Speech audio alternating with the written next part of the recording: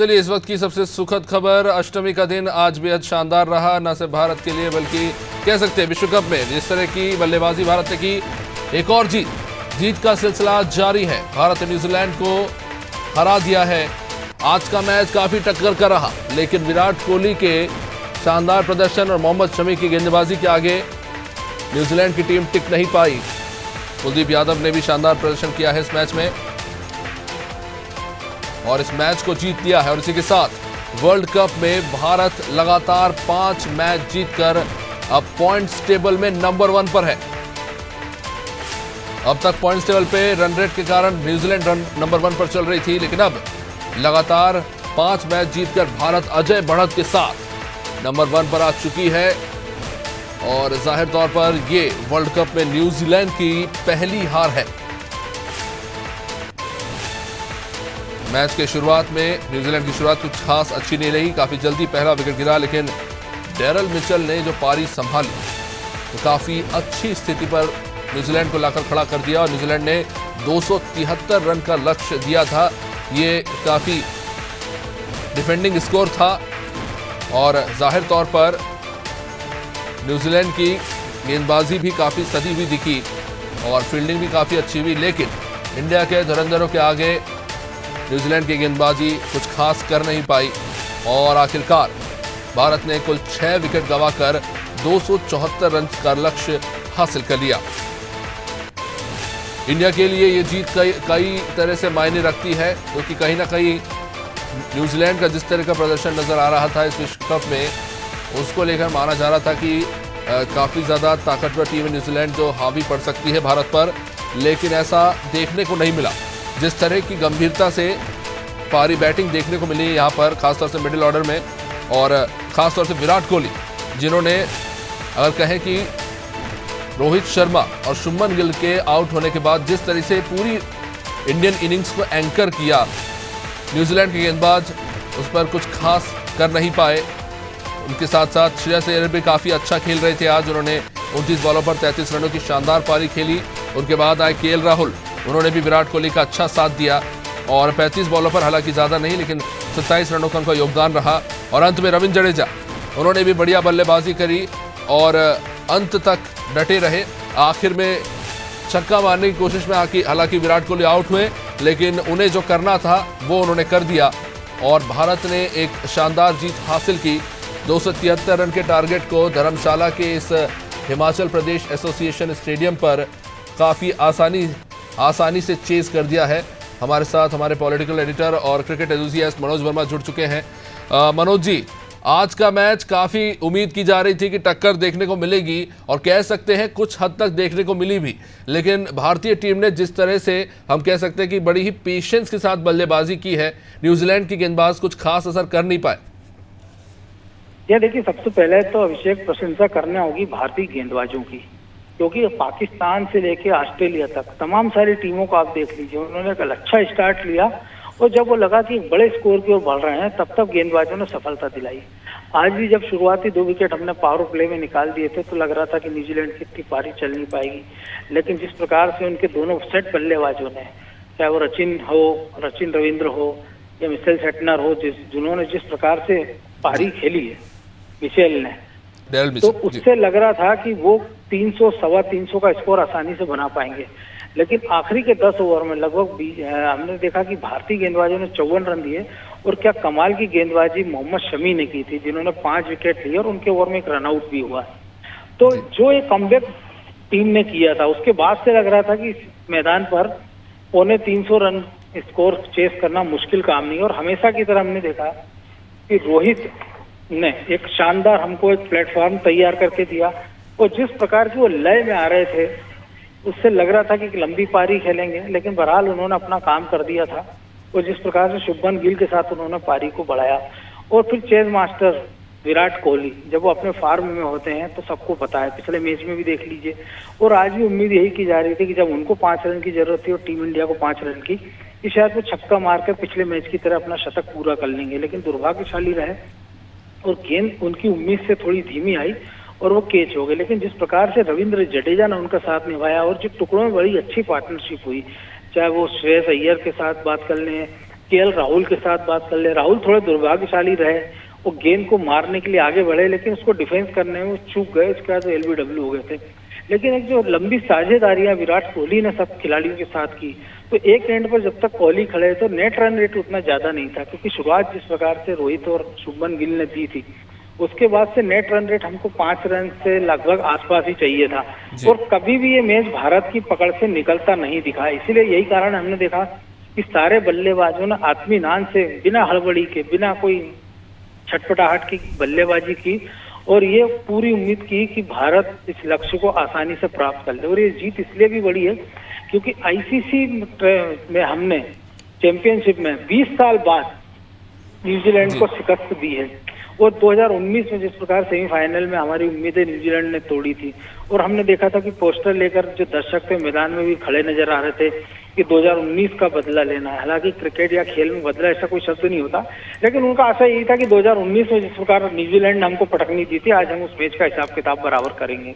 तो जिस प्रकार से भारत की टीम ने परफॉर्म कर रही है और 5 मैच लगातार जीत के लगभग ये मान के चलिए तो उसने सेमीफाइनल का अपना स्थान 90% तय कर लिया है। अब जो 2-3 बड़ी टीमों से उनको मैच खेलना है, उसके बाद भी अब जो उम्मीद की जा रही है, क्योंकि न्यूजीलैंड अभी तक अपराजय टीम थी, 4 मैच वो लगातार जीते थे। उनके बैटिंग लाइनअप की बात कर लें, उनके गेंदबाजों की लाइन बात कर लें, वो अच्छे फॉर्म में नजर आ रहे थे, लेकिन उनको भी भारतीय टीम ने आज परास्त कर दिया है। तो इससे साफ जाहिर है कि वर्ल्ड कप जीतने की दिशा में भारत ने एक कदम और आगे बढ़ाया। और खास तौर से सबसे पहला प्रयास रहेगा कि सेमीफाइनल में भारत की टीम टेबल टॉप करे। और जिस प्रकार से टीम के खिलाड़ियों का परफॉर्मेंस चल रहा है, उससे साफ जाहिर है कि हम इस दिशा में काफी अच्छी तेजी से बढ़ रहे हैं। और खास तौर से रोहित की प्रशंसा की जाना होगी, क्योंकि लगभग ऑस्ट्रेलिया के खिलाफ जब वो 0 पर आउट हुए तो उसके बाद से प्रत्येक जो 4 मैच है उसके बाद के उन्होंने एक अच्छा स्टार्ट दिया। उन्होंने ये नहीं सोचा है कि उनको 50 पूरी करनी है, शतक पूरी करनी, क्योंकि 3 मौके उनके पास थे। आज का मैच हो, पिछला मैच हो, जब वो 50 पूरी कर सकते थे और उसके पहले वो 100 पूरा कर सकते थे। हालांकि वो शतक मार भी चुके हैं, लेकिन उसको दरकिनार करते हुए उनका पूरा ध्यान इसी बात पर है कि जब वो स्टार्ट लेने जाएं, कि जब आपको 250 पौने 300 रन चेस करना हो तो बाद के खिलाड़ियों को ये प्रेशर ना आए। क्योंकि हमने देखा है कि रोहित ऐसे बल्लेबाज है कि अगर 10 से 15 ओवर तक वो मैदान पर टिक जाते हैं तो वो किसी भी खेल का रुख पलट सकते हैं। और यही कारण है, हमने देखा कि लगातार वो चाहे टॉस जीत रहे हो चाहे टॉस हार रहे हो, वो रनों को चेज करना पसंद कर रहे हैं। और संभवतः इस पूरे टूर्नामेंट में इंडिया पहली ऐसी टीम है जिसने अपनी 5 जीत रन चेज करते हुए हासिल की है। निश्चित रूप से।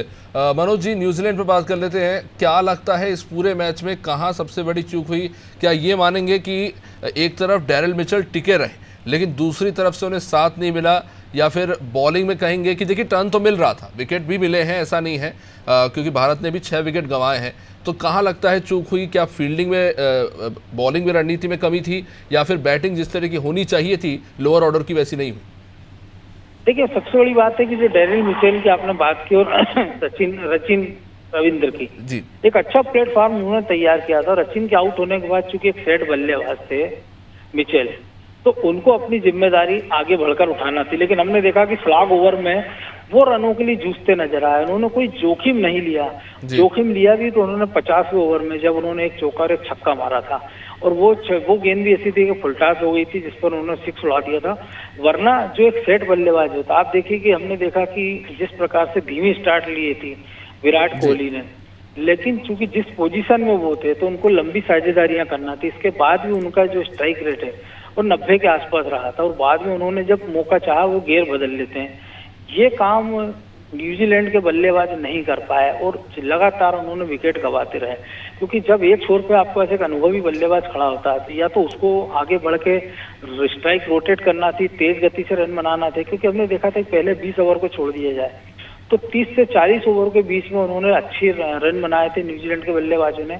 लेकिन जो लास्ट के 10 ओवर मोमेंटम उनको मिल सकता था, जिसमें पावर प्ले भी शामिल है, जिसमें मिचेल जो है क्रीज पर थे, इसके बाद भी अगर वो 54 रन ही बना पाते हैं और 5 विकेट गंवा देते हैं तो जाहिर सी बात है उनको अपनी बल्लेबाजी पर गौर करना होगा। क्योंकि अभी तक जो जीत लगातार हासिल हो रही थी उससे इन सारी कमजोरियों पर पर्दा डाला हुआ था। टीम इंडिया के साथ आप देखिए कि पहली बार है कि हमारे को जडेजा तक की बल्लेबाजी लाइनअप आई है, नहीं तो अभी तक हमने देखा कि इतने नीचे तक बल्लेबाजों को बल्लेबाजी का मौका ही नहीं मिला। और जडेजा ने जिस प्रकार से खेल दिखाया कि उन्होंने जो शानदार 6 मारे हैं, बाउंड्रीज मारी हैं, और एक एक दो दो रन भी चुराए हैं उन्होंने विराट के साथ मिलकर। तो ये बताता है कि जब आपको टीम की जरूरत है उसके हिसाब से आपको गेयर बदलना होगा। मुझे लगता है कि यहीं पर न्यूजीलैंड के गेंद बल्लेबाजों से चूक हो गई थी। गेंदबाजों ने जरूर अच्छी गेंदबाजी की थी, लेकिन हमने देखा कि वो उसका एक बड़ा कारण ये भी था कि जब 2 विकेट जल्दी जल्दी हमने गंवा दिए थे, उसके बाद 2 नए फ्रेश बल्लेबाज क्रीज पर थे और जिस प्रकार श्रेयस अय्यर आउट हो गए थे, वो लग रहा था वो लंबी पारी खेलने वाले हैं, क्योंकि सेट थे वो। लगातार हमने देखा 6 बाउंड्रियां उन्होंने मारी थी, लेकिन उस मोमेंटम को कायम नहीं कर पाए थे। तो इसके बाद ज्यादा विकल्प नहीं थे और यही कारण है कि जब विराट कोहली मैदान पर होता तो हमने देखा उनके कई शतक ऐसे भी हैं जिसमें 5 या 6 चौके होते हैं, बाउंड्री होती है, और वो सिंगल डबल से रन लेकर खुद भी अच्छी अपनी फिटनेस का परीक्षण देते हैं और सामने वाली टीम की भी कड़ी परीक्षा लेते हैं। आज भी हमने देखा था कि लगातार वो जिस प्रकार से सिंगल्स डबल्स चुरा रहे थे, तो न्यूजीलैंड के फील्डरों को उन्होंने चैन से नहीं रहने दिया। तो न्यूजीलैंड के गेंदबाजी सोच के खुश हो सकते हैं कि उन्होंने काफी अच्छी गेंदबाजी की, लेकिन हमने देखा कि रोहित की बात करें कि वो थोड़ा सा उन्होंने शॉट खेलने में जल्दबाजी की, और इसी प्रकार हम उनकी बात करें शुभमन गिल की, जिनको लग रहा था कि थर्ड मैन के ऊपर से निकाल देंगे, लेकिन चूंकि गेंद की वो गति के साथ तालमेल नहीं बिठा गए थे, इसके कारण आउट हुए। और केएल राहुल भी लगभग इसी प्रकार उन्होंने अपना विकेट गंवाया है। कोहली की बात करें, क्योंकि जिस प्रकार से अगर वो 6 मारने का प्रयास नहीं करते अगर अपनी शतक पूरी करने के लिए, तो शायद वो इस बार भी नाबाद लौटते। तो कुल मिलाकर कह सकते हैं कि न्यूजीलैंड की गेंदबाजी उतनी छाप नहीं छोड़ पाई और न उनके बल्लेबाज। तो मुझे लगता है कि अगर उनको अपना वर्ल्ड कप का अभियान जारी करना है तो उनको अपने तमाम सारे मोर्चों पर और काम करना पड़ेगा, कि चाहे वो गेंदबाजी की बात हो, फील्डिंग की बात हो, चाहे बल्लेबाजी की। वो कमोवेश भारत के साथ भी यही है कि अभी तक रोहित आपको अच्छा स्टार्ट दिलवा रहे हैं, बाकी के गेंदबाज भी अपना काम कर रहे हैं, लेकिन जो आज हमने देखा कि बीच के ओवरों में जिस प्रकार से अभी तक हमने देखा सारे मैचों के बीच के ओवर में गेंदबाज आकर मोमेंटम दिलाते थे, वो आज हम हासिल नहीं कर पाए। हमने देखा कि 4 खासे महंगे साबित हुए, हालांकि 2 महत्वपूर्ण उन्होंने विकेट लिए हैं। रविंद्र जडेजा को कोई सफलता नहीं मिली, लेकिन उन्होंने अपनी कसी हुई गेंदबाजी से एक छोर को थामे रखा और यही कारण है कि न्यूजीलैंड एक बड़े स्कोर की ओर नहीं पहुंच पाया। बहुत बहुत शुक्रिया मनोज जी बातचीत के लिए। तो जाहिर तौर पर एक शानदार जीत भारत के लिए और काफ़ी कुछ सबक सीखने के लिए इस मैच में न्यूजीलैंड के लिए भी, और एक बढ़िया पारी आज हमने देखी विराट कोहली की